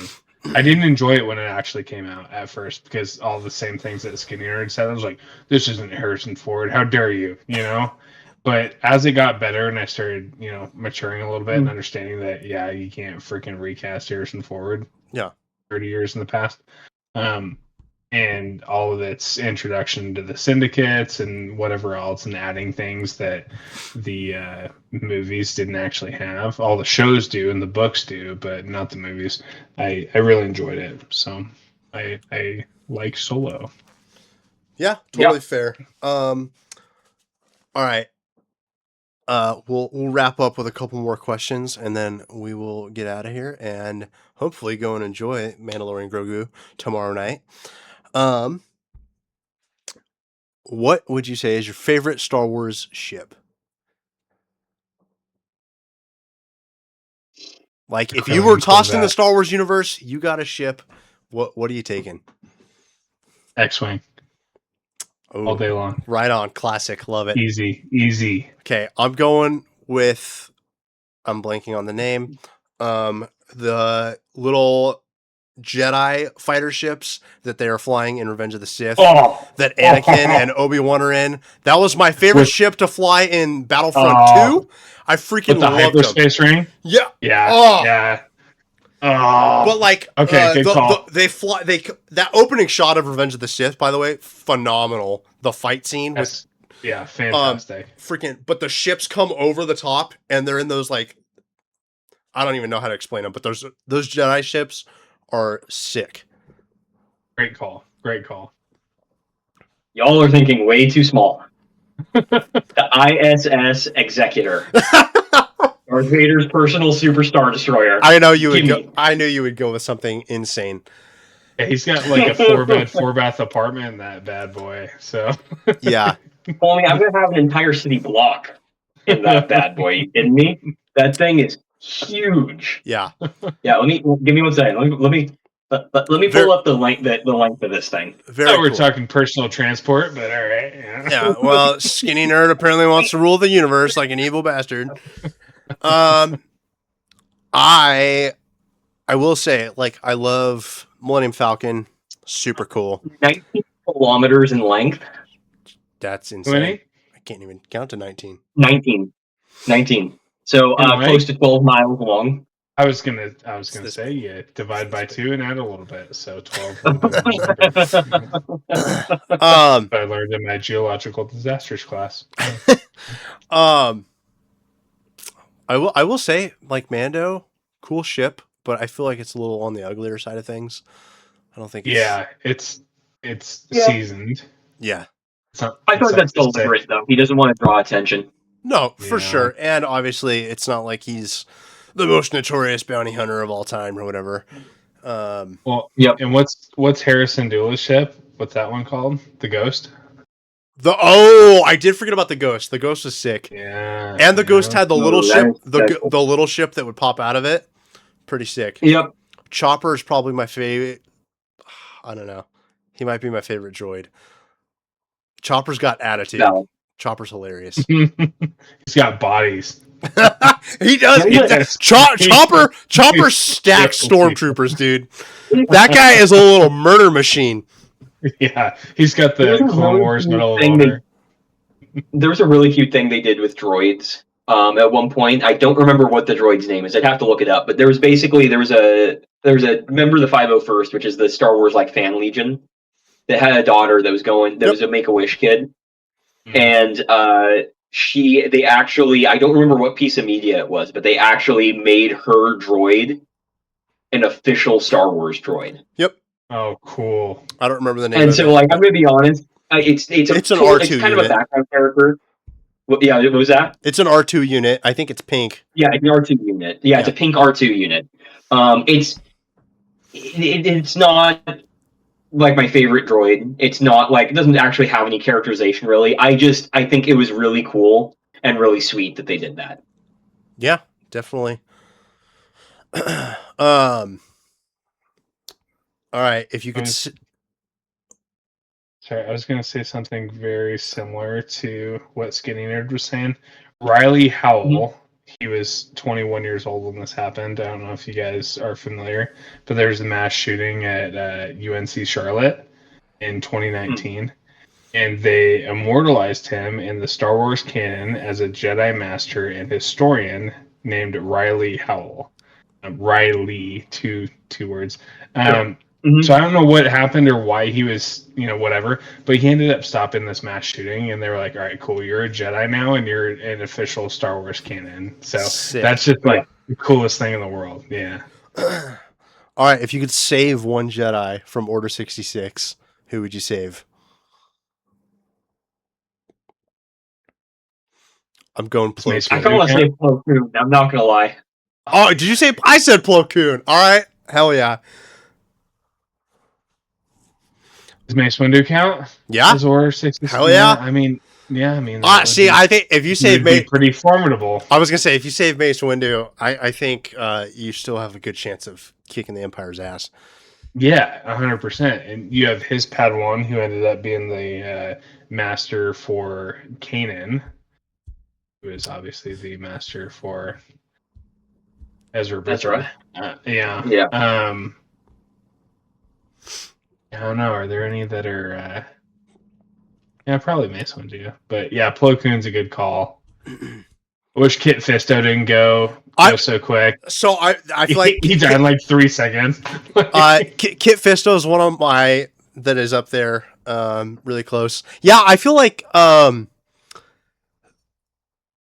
fight actually is probably one of the most. It's still cool, especially with Mace Windu. The whole part with Mace Windu, very cool.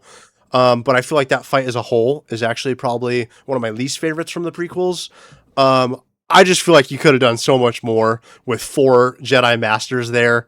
That could have been so much cooler. Like 5 seconds. He's just like bang, bang, boom. The Force Scream part. Well, that plus just the overall characterization of how it was written in the book. Yeah. Of like Sidious moving like a shadow and like appearing out of nowhere to strike them down. Yes. So I will say, keep in mind that from what I understand, from what I've heard about background issues, is a big part of the problem was they were trying to do a like body double, and it just wasn't working right. So they had to use the actor for Palpatine. I forget his name. Yes. They had to actually use the actor who's obviously great actor, but very old. Yeah. Dude is old. So they were really limited on what they could do as a result of his age, because they couldn't they didn't have the technology at the time to make the body double work the way they wanted to. But no, you're absolutely right. That fight could have been so much cooler. Which, I mean, you could also say that about, like, hey, if we redid the OG trilogy fights in today's day and age with like, let's take the choreographers from the prequel trilogies and have them redo those. Like, those could have been epic. Not that I have any dislike against the OG fight scenes. I'm just saying. So yeah, I'm sure with, even 20 years from now, we could have done that fight. Probably could have been cooler. And there is a fan video that people have done where they redid the first duel between Vader and Obi-Wan. Yes, it's so sick. Have you really good bad fight? Have you ever seen the redone fight, Hondo? No, it's cool. It's insanely cool because they're just like. Which, by the way, speaking of fan stuff, we did get a green. Not to segue here too much, but we did get like a more official Green Lantern trailer. And there's also a fan film going on for Green Lantern at the same time, and it looks drastically better. at least costume wise and everything that we've seen from the fan film, which is not so good for DC. But I digress. Trailer does look better Um, though. I would say, so I love, to be clear, I do love that fan fight that they redid. I think my Yes. only issue with it is that they have Obi-Wan getting knocked around a little too much. And I feel like kind of the point of that fight was that Obi-Wan was still in control, but he essentially intended to lose. He intended to lose that fight. And so having him get tossed around as much as they did in the fan fight, I feel like felt a little out of the characterization of what that fight was supposed to be. Yeah, That's Episode I mean, 4. Anakin was basically Obi-Wan's bitch the entire time, up until he died. So, just saying, Obi-Wan's better. All right. Who is your all-time favorite Sith? I mean, Darth Maul, sorry. Okay. I will say, with everything from Clone Wars and stuff, he has had so much great story and everything. So, totally fair to say. Darth Maul is really good. If we were to go into like extended universe canon stuff, I might pull out somebody a little different. Yeah. But I'm speaking in the realm of like what's canon in today's day and age with movie and TV and that sort of stuff. I think they've kind of cut Darth Revan out of most of the canon at this point. But he'd probably be one of my seconds, if not for he'd probably be the other one in that case. That cool guy right there.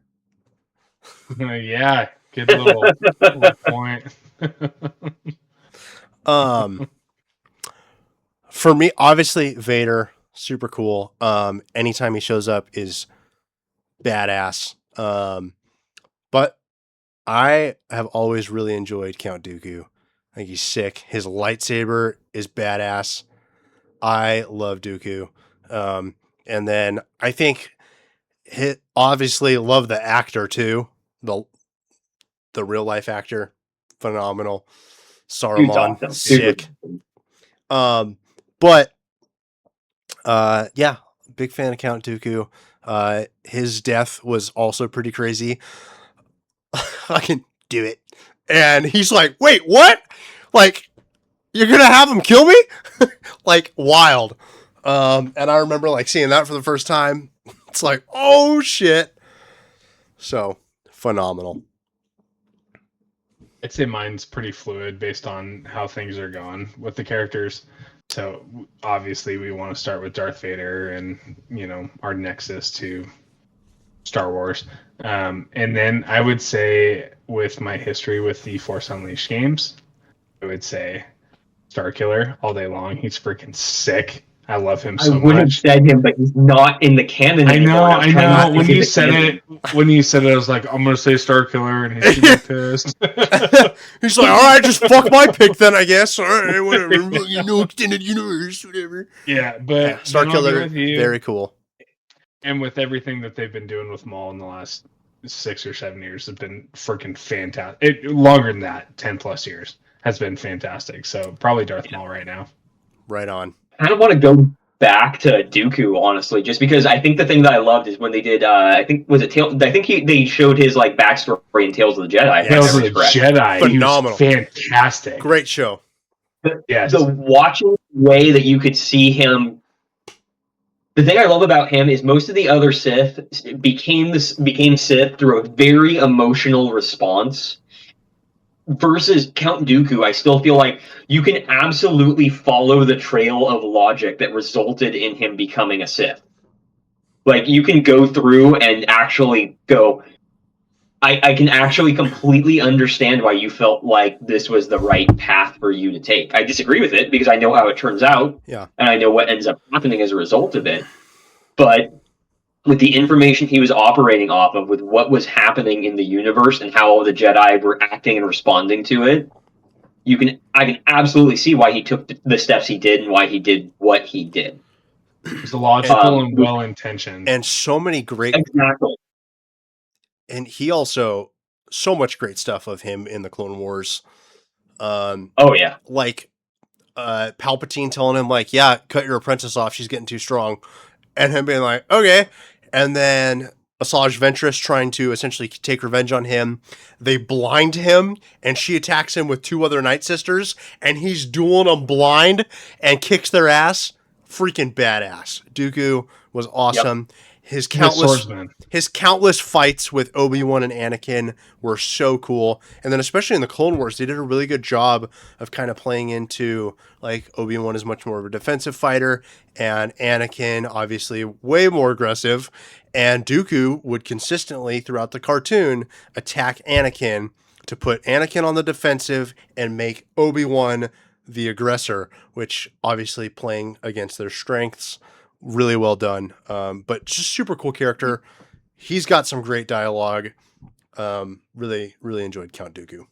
Awesome. Well, it played into an interesting thing with his character too, because in going into the deep dive of the lore with the lightsaber forms, the form that he chose, I don't remember the name of it, but the form that he chooses to use is specifically a dueling form. It is meant for fighting other lightsaber users, which was super unusual at the time that he trained, because as far as the Jedi were concerned, they thought the Sith were gone.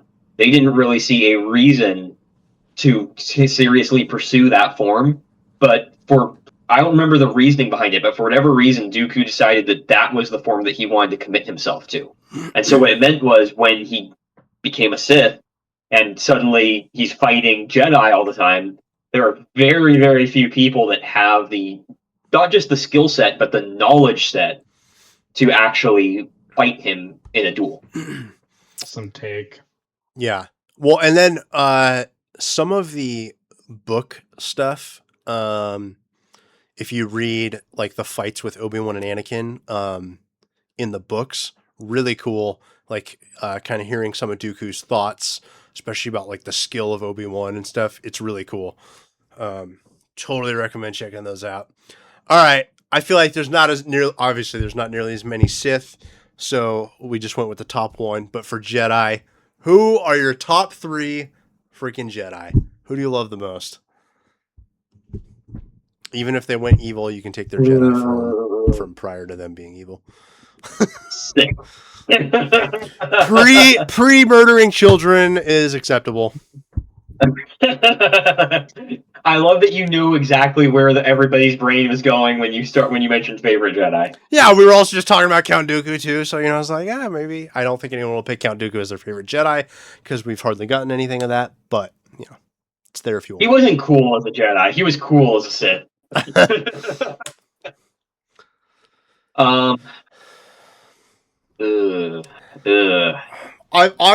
is a hard decision. I'll just put my number 1 out there right now. My favorite Jedi of all time is Ahsoka Tano. She's freaking sick. I've met Ashley Eckstein 3 times. She is super cool. Does so much good for the world as well. Outside of just being an awesome Star Wars character. Tons of positive energy. She's a cool person to meet. A lot of people, don't go meet your heroes or like celebrities. She's a cool one and does a lot of good stuff out there for the world and the community. So huge shout out to her. But was your 3 going to be Ahsoka, Obi-Wan, and Anakin? No. Okay. Where did I go wrong? Obi-Wan? It's so hard. Anakin is not in my top 3.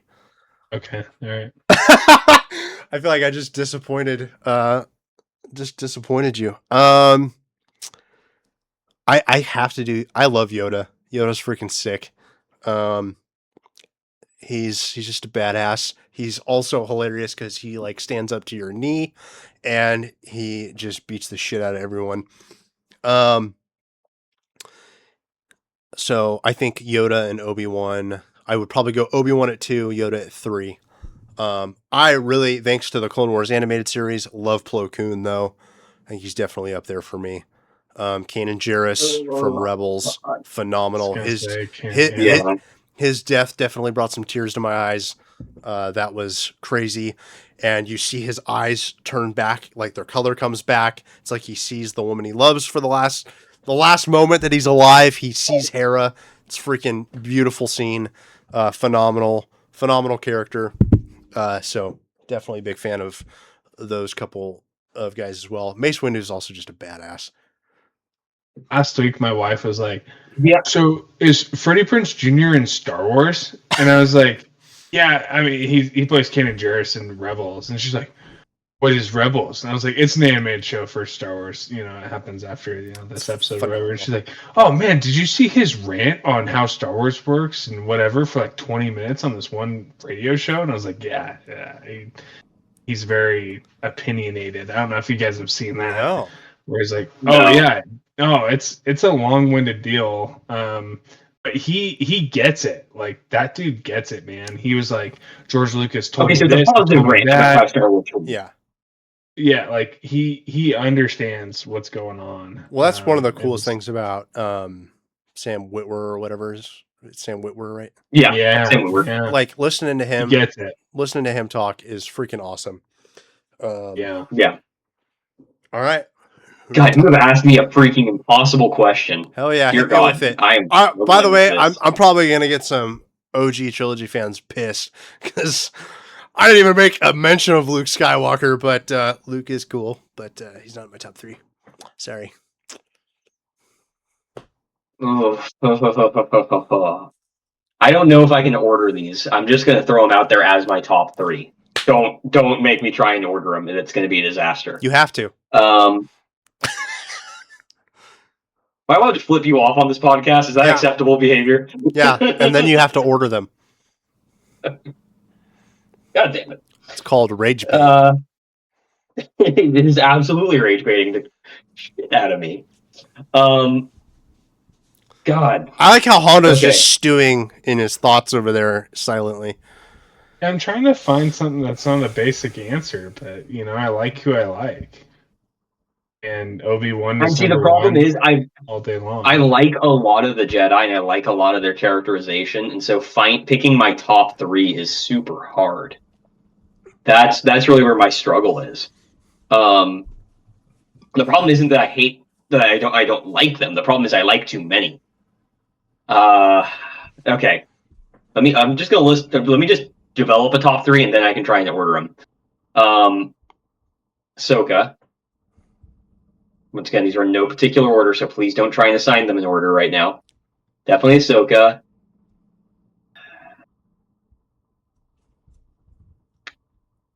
Anakin. After watching Clone Wars, I do have to put Anakin in the top 3. He has some great stuff in Clone Wars.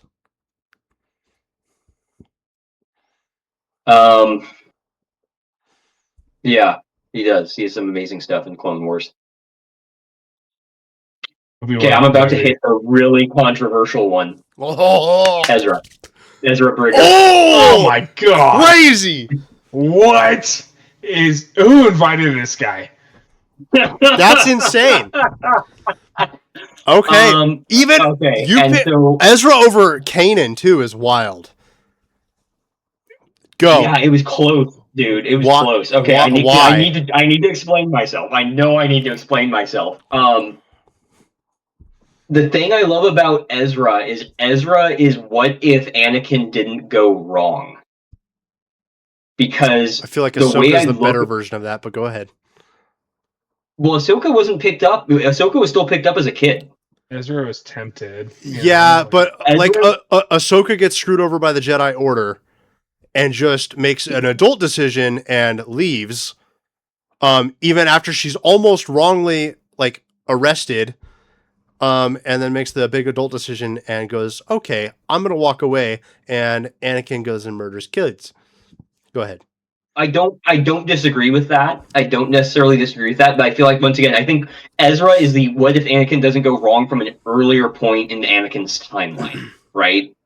He's the example of someone who could have been raised as a Jedi from an older age, and still, even though he was tempted, guys. I mean, he literally had Darth Maul whispering in his ear. And after watching the Maul show, we understand why Darth Maul was so eager to try and twist a Padawan to his side. Because he'd done it before. Phenomenal. Which is phenomenal, yeah. So it's such a cool little call forward by seeing him do that in the Maul show. But I digress. You had a character who, by all rights, should have... He was raised in terrible conditions, absolutely abused by the Empire. He had so many reasons to turn and was tempted to turn. I mean, correct me if I'm wrong. It's been a while since I watched Rebels. He ended up with it. He ended up with a Sith holocron. Yes. Right? And the Sith holocron's talking to him as well. That's kind of how he ends up with Sith. The goddamn One Ring, and eventually was able to summon up the willpower to tell Sauron to go screw himself. That to me is the ability to do that, and the overall growth of a character into a Jedi from that point was really cool to see. And for all the issues that some of the issues that the Ahsoka show had, going and seeing what Ezra made of himself without a lightsaber, and I mean, frankly, fighting with purely the Force was really cool, because I think that was one of the first times we've seen, at least in a live action context, we've seen a Jedi fight without any intention of using a lightsaber, with just using their abilities as a Force user. Yeah. Anyways, mine is Rey Skywalker. Thanks for that analysis. Ezra is certainly an annoying shit for a good chunk of the show. I still think he's an enjoyable character to watch, and like the show and story is still good. And yes, I do think he does have good growth, especially at the end of the show. By the end of the show, obviously Ezra was very cool, and watching him deal with the death of Kanan and things like that was really cool. It took a little longer, but do we want to talk about how annoying Ahsoka was at the very start of Clone Wars? Ahsoka sucked for her first 2 seasons or so. And frankly, the first movie that she was introduced to a degree. I was going to say the movie is the worst. And she, progressively went through learning moments and stuff, and that was really cool as well. Yeah. I mean, listen, there's a reason why they're both in my top 3. Yeah. Who do you have, Hondo? It's basic. Obi-Wan and Anakin are my top 2, and I had to throw someone in there. I didn't have a huge tie to Luke, so I'd probably put Mace Windu in there. Okay, right on. Nothing wrong with that. Samuel L. Jackson walking in and saying, "I want a purple lightsaber," and George Lucas being like, "We don't do those," and he's like, "Well, that's what I want." All right, here you go. Yeah. Pretty sick. But yeah, I mean, there's so many others that are so cool and have they're all good, right? It's like pizza, even if it's bad pizza, it's good, They just have more screen time, more book time, more whatever else to flesh them out character wise. So So I think I think that would have been, speaking of, lightsaber carrying people, I thought it would be really cool to get Grogu to the point where he was carrying the Darksaber. And when he was like building armor for him, I thought we were going to get like Grogu in a helmet or something. Like, would have been badass. I know he's still a child, but like little Grogu in some fucking armor, not just like a little Beskar helmet. Yeah, not just like a plate dish on his chest. Like little sick. mini armor with the Darksaber would have been sick. I would at least like Grogu to start talking or something at this point. It would be kind of sick. But you mentioned the Maul show. That's going to be the ending of the movie. That would be cool. Yeah, maybe. I am Grogu. I am Din Grogu. And then Black Sabbath plays. I am Grogu Skywalker. You mentioned Maul, and I almost completely forgot to talk about it because we were having so much other fun Star Wars discussion. We've put it off for so long. I feel like we might as well just jump into this really quick if everyone's up for it. We're ready to rock for a couple more minutes. Freaking sick. Loved the Maul show. Fantastic. Vader showing up at the end. Phenomenal. Loved that. Maul being an evil bastard. And essentially like straight up lying and getting Devon's master killed, who also sick. Loved him. Loved his character, like the kind of old grizzled Jedi master, definitely not what he used to be. Cool character. Maul literally getting him killed. and then lying and being like, yeah, fucking Vader killed him. Guy's an evil What did bastard. What did he do He didn't to? strictly lie. Yeah, what did he do? I may have missed it. I He was literally- too Well, so fucked he up force watching. pushed. He force pushes him into Vader. And To they're buy himself time to run. yes, because Scumbag. Maul pussed out, and Oh, yeah, 100%. They- No, listen, I love Maul as a character, but he's an absolute dirtbag. and they're essentially fighting Vader together because they're like, okay, the two of us have to fight him together, or we have no chance. And then the Inquisitors are dealing with Devin, and Maul, uses that as his opportunity. She's distracted, and he's like, "Cool, I'm gonna off Master, whatever his name is. He had quite the interesting name, and I forget it. And Master then Splinter. they manage to, obviously, he gets a hold of Devin, and she is now obviously becoming a Sith. It's kind of When where we leave she off was- with the show. When she was looking for I think it was one of the Inquisitors or whoever she was looking for. She was like going through the caves or the little brick building, and then Vader comes around the corner and just fucking goes at her. I'm Very like, cool. oh, sick. That's Like, great. how terrifying, right? Like, Phenomenal. you just go around a corner and he's just right there, ready to kill you. So cool, so cool. I love that we Yeah. got more of Darth Maul's backstory and motivation. And at the same time, it literally changes nothing about him. Yep. Because you see him, and you see him in this light where it's like, yeah, there's some sympathy you can have for the crap he's gone through, but at the same time, we also see him be such an absolute cold-blooded monster in this that, like, no, he's absolutely still he went through some really bad stuff, but he is absolutely still just a heartless, cold-blooded monster who will use everyone to his advantage happily. And I kind of love the almost like power vacuum that everyone's trying to grab. There's not much left to grab, with the massive expanse of the Empire, of course. But this show does a great job of showing the struggle of the Jedi, because they're not like, they have no allies at this point. The Empire has tricked, most of the world into be like, yeah, the Jedi have betrayed us, whatever, which quickly is learned like, okay, the Empire sucks too.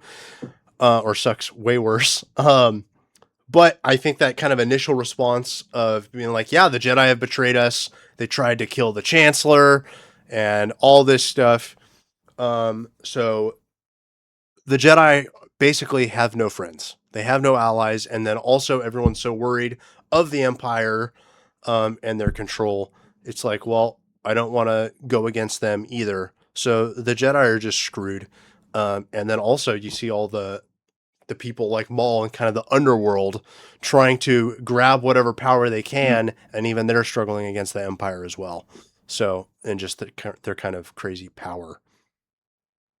I switched. And kind of going back to real quick. I switched Can my I go back answer to what from we Mace talked Windu. about? I put Cal Kestis in there. All right, there we go. Oh, Cal was I Cal was wasn't cool. gonna say anything, but I was curious. Cal was very cool. Something I thought was kind of interesting is kind of mirroring some of the stuff we talked about with Dooku with Devin. Her frustration over the fact that her master is basically, because he's so dogmatically devoted to the Jedi code. Her master is is falling into some of the same issues that Dooku had with the Jedi, with him not doing much and not being willing to do anything, and not being willing to bend the Jedi code at all or break any part of it. And then how Maul was able to kind of channel and take advantage of that and use that to help turn her towards the Sith, right? Because she was kind of, yes, the final thing that pulled her over the edge was her master's death, because he was kind of the last anchor that was keeping her from falling in a lot of ways. But she was already definitely moving that direction very strongly. For sure. It's just the iceberg. There was a lot of fun stuff out there. I don't think it's going to happen. I don't think it's going to go this way. But it would be kind of sick. And, but there are a lot of people like, oh my gosh, we're going to get Darth Talon, which is the Sith like Twi'lek. She's like red and black, super sick looking. Most of the time, they make her out to be look really hot looking too. Yeah, But she they're was saying They always that's make Twilight patties. a lot of people were like, "Oh, sick!" Like that'd be kind of cool if they turned Devin into somewhat of a Talon-esque character. Which I'm like, I think it would be sick to kind of watch Devin and see what she does. The one thing that's I don't interesting know. with her is that we know by the time of Rebels that Darth Maul no longer has an apprentice. Yes. So what happens to Devin between now and then? Do we think she's still alive? To be honest, the way that people around Maul have this mysterious tendency to end up with a red lightsaber through their chest, I'm going to go with probably not. It would benefit the showrunners to keep her alive, but For a while, yeah. Yeah. Are the Inquisitors still alive, or I feel like I mean, one there's a got number like of them. thrown off a building or something, and then he just disappeared, and I can't remember what happened to the other. But I feel like they're still alive, right? We didn't see him explicitly die. At least, I think it's 11th brother definitely survives because he has to survive to be killed by Ahsoka in Tales of the Jedi. Yeah.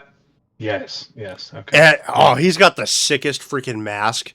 Oh, it's so cool. Agreed. I think so cool. I'm trying to think And of the other ones other in the Inquisitors. Acolyte. I think he is my favorite Inquisitor design of all the Inquisitors we've seen from Rebels and everything else. I think he's my favorite. Like I just pure agree. I do look. also. I love how they've used the Inquisitors in general, and how they show the fact that yes, they are dangerous and effective in a certain task, but it's not the task you expect. They are not actually there because they can take on actual proper Jedi masters or like actual skilled Jedi. They are there to essentially flush out all the weaklings and to draw attention to a more powerful Jedi by getting their dumbass murked. Yeah. And then have Darth Vader come in there and just start kicking. Exactly. Yeah. Yes. They are not there to actually fight the Jedi Master and win. They're there to die messily and loudly so that Darth Vader knows where he needs to show up. Yep. Yeah. And so I love that they've been consistent with that characterization.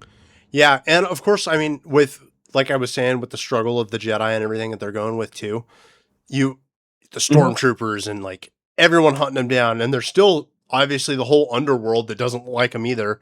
So it's like everyone's trying to kill them, and then all of a sudden you toss in like a mediocre Sith, Inquisitor in there who's still trying to also murder him with a lightsaber.